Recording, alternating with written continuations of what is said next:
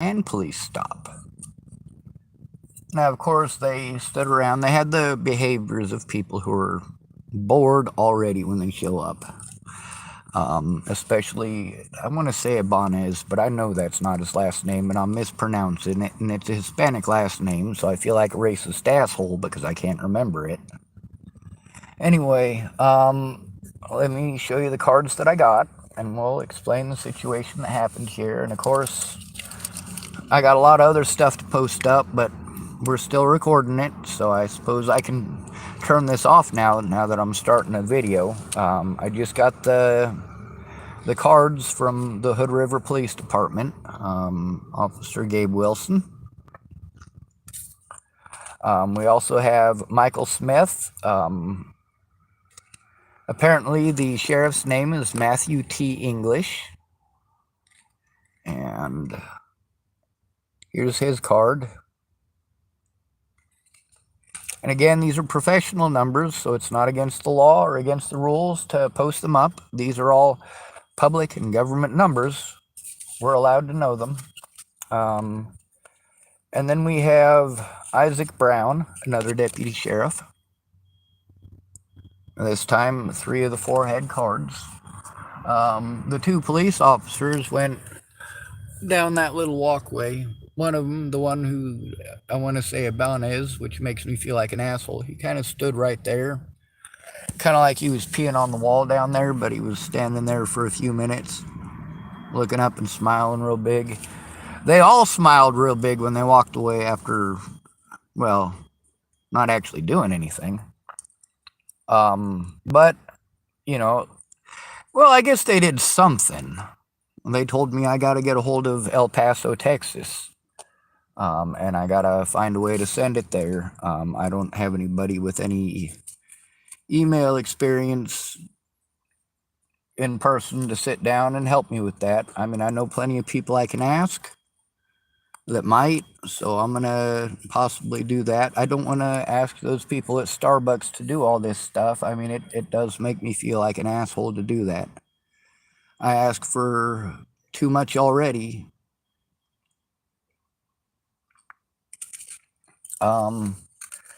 Anyway, I did record it.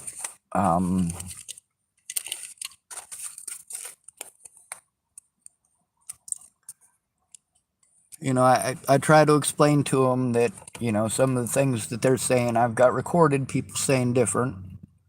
And also that, you know, when they're telling me stuff.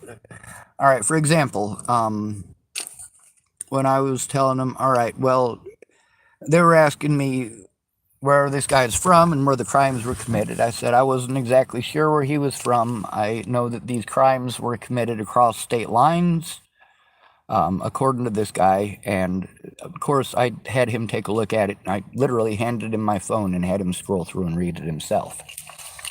And so he did say, well, this guy says that it is his intent to turn it in. And I did explain to them, well, I got on the internet loud and clear and explained to the whole world that my intent was to turn in officers, and when I went in, it didn't matter.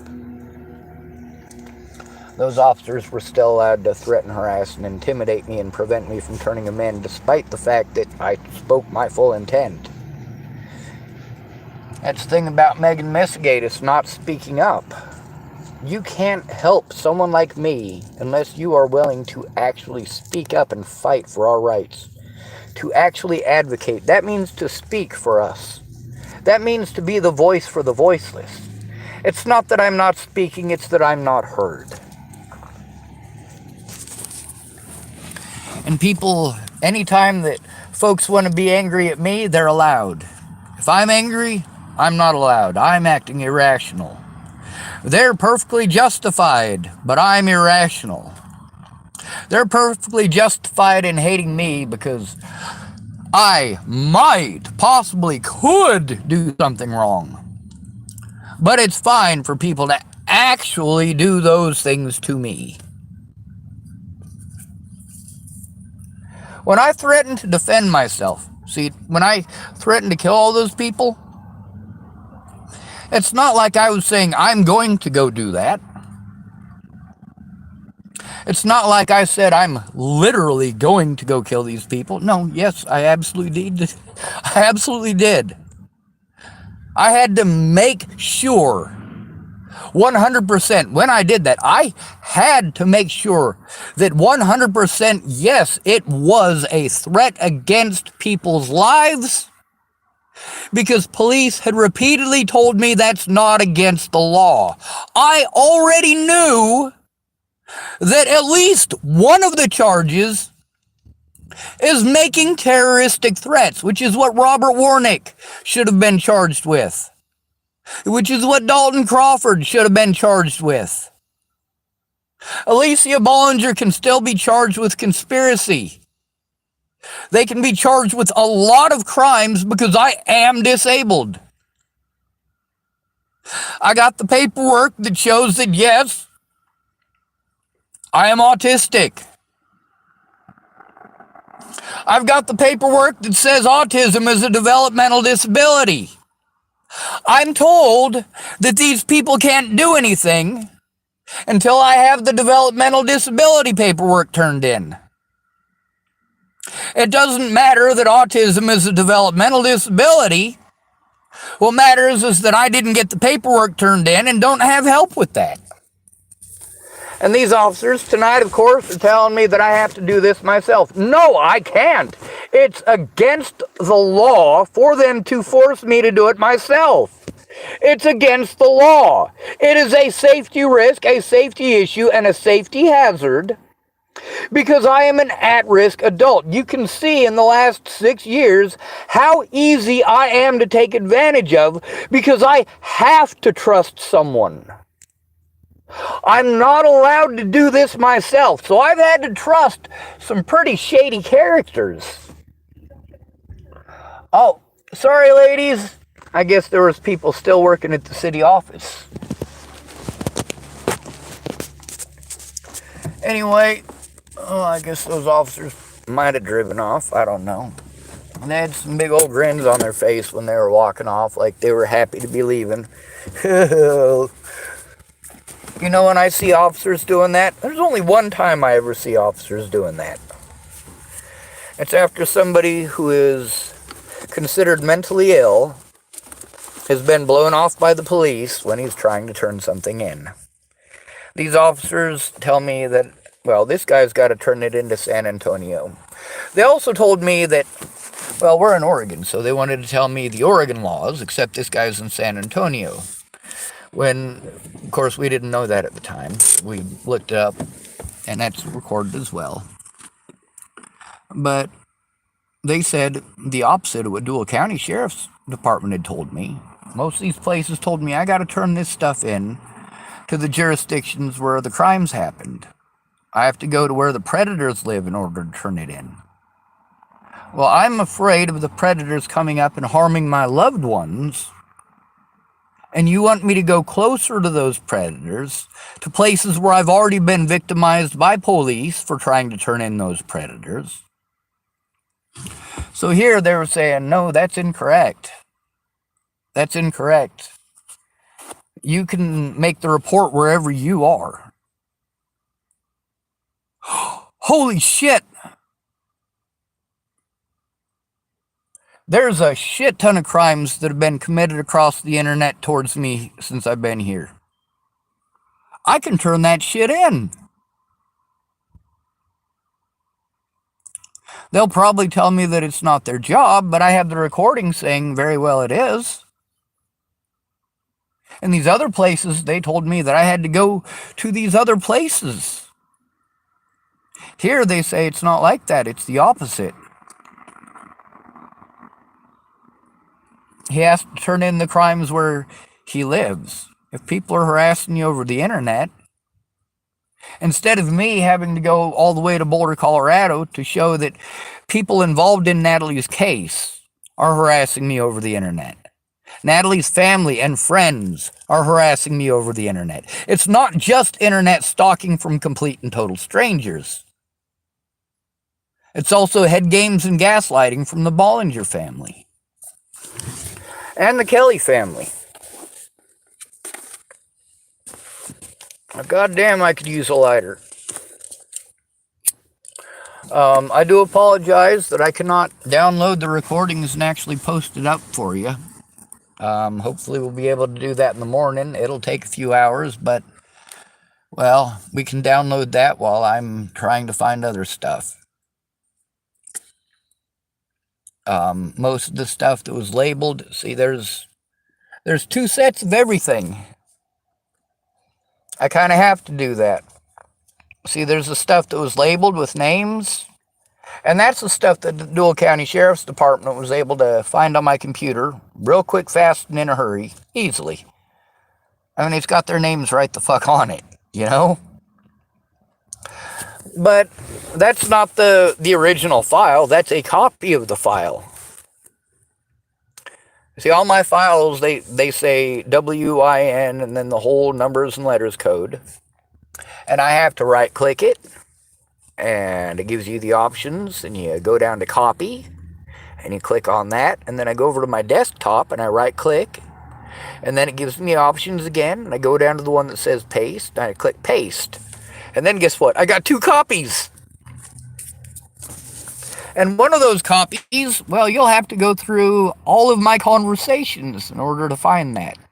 Of course, they did have access to the time and date stamps of the situations where I was with them and trying to turn it in. So they actually had access to all that stuff, whereas I got to dig through a bunch of jumbled papers that have been jumbled, rejumbled, unjumbled, jumbled up again, and then unjumbled and rejumbled probably a dozen times. Also, there was a lot of pieces of paper that I wrote phone numbers on because it was just a temporary thing that I needed to do real fast, and once I had it in my phone, the piece of paper wasn't important. Well, unfortunately, with those phones being broken or stolen, those numbers are important, and I do still have copies on pieces of paper, but they don't have names on them. Fuck.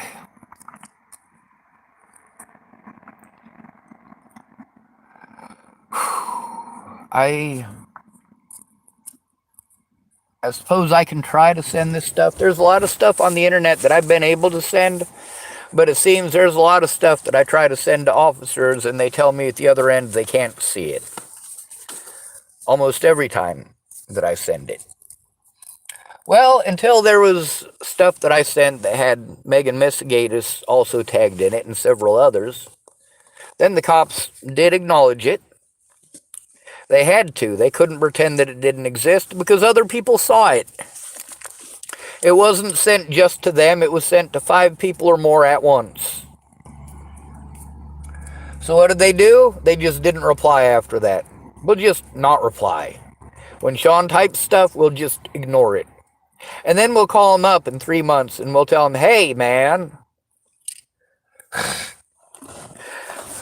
why didn't you do this and why didn't you do that? How about why did you cut me off? Why'd you ignore me? Why didn't you respond? Why didn't you answer your phone and why didn't you call me back? All very good questions. Now, when we go and look at my phone, we can see they never called back. Almost half a dozen calls to them, and they never called back. They called me and told me to call them, and still never called back.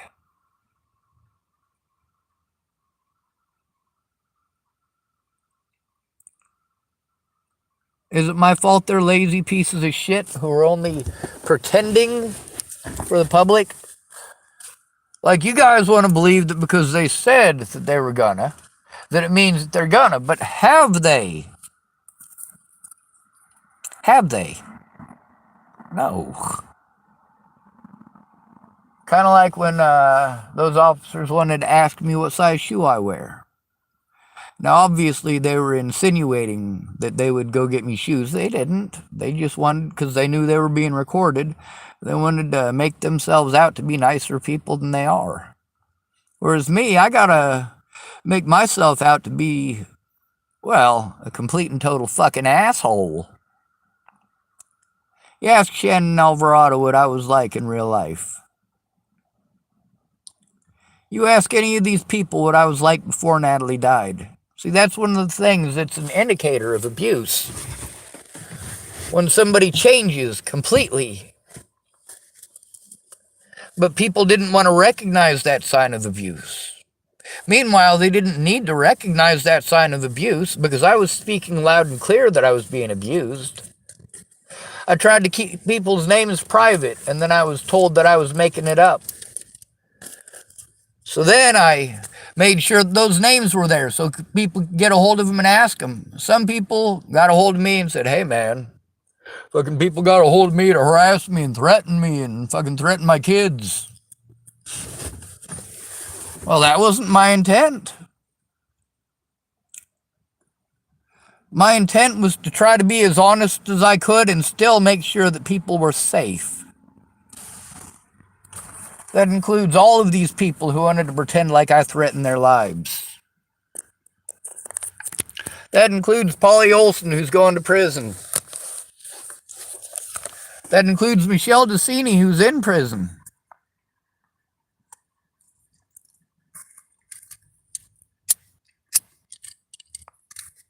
And I'm going to tell you something. If people's lives are at stake, I don't give a fuck what you think your rights are.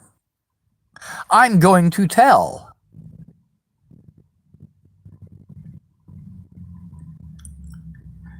If you're not willing to do that, don't bother putting your 2 cents in. Don't bother telling me you want to help. When I call you up and I tell you that people have committed a crime, we have a short window of fucking time to do something about it. I shouldn't have to beg and argue with your dumbass for 6 fucking months because you're a dumbass who wanted to assume. Megan Mitsigatis, prime example, argued for 6 months. At the end of that 6 months, turned out I was right. She wants to say that she did something in April or May of 2020. She didn't do anything in April or May of 2020 about the crimes that were committed after that. Now, did she? She wants to use that as her example? No, that was not turning in the crimes against me. She's not the one that got Tara Smith to show up. Tara Smith was not going to show up until Department of Health and Human Services caught wind that they might get their grubby paws on my disability money. That's what Tara Smith showed up for. Thank goodness, in that conversation that I recorded, that is in or on YouTube in 3 sections, you can hear those conversations. You can hear those words from their very own mouths. You also, if you bothered to watch that video on mandated reporting, you get to see how fucked up these people really are. How, yes, absolutely, they did make excuses.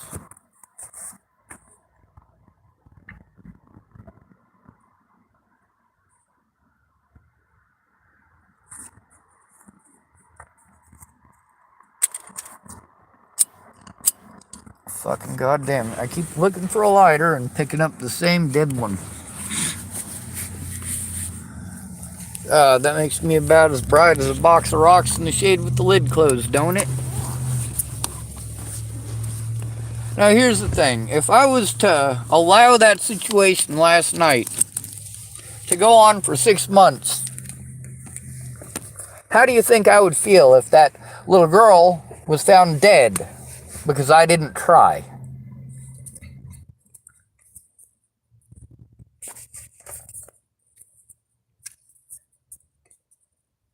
If I end up dead, it's because you didn't try.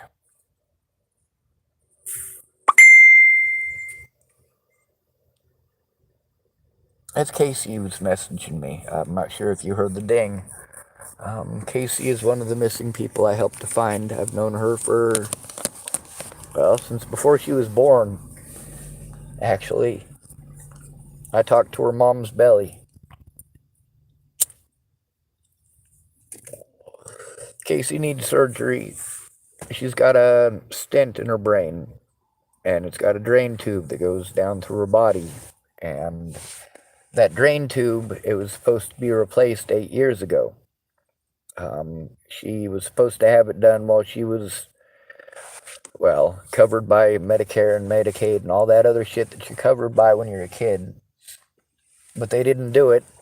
The people who were supposed to make sure that was taken care of, her own family, it was their responsibility to make sure that it was taken care of, and they didn't. So now, their decision not to do anything when they should have is going to result in Casey dying. She's got to get this surgery or it's going to kill her. Meanwhile, she's having problems with the Medicare, Medicaid crap. The fact that she's a grown-ass goddamn adult now.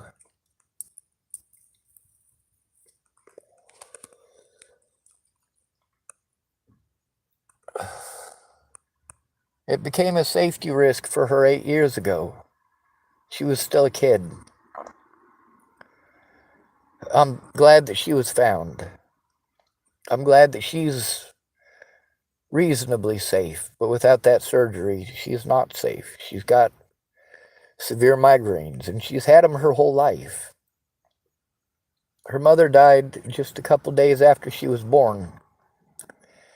Casey and her mother, Brooke, were ejected from the vehicle in between Sidney, Nebraska and Chapel, Nebraska. They were both ejected from the vehicle. It killed Brooke, but Casey, just a couple days old, held on. She held on and she stuck around.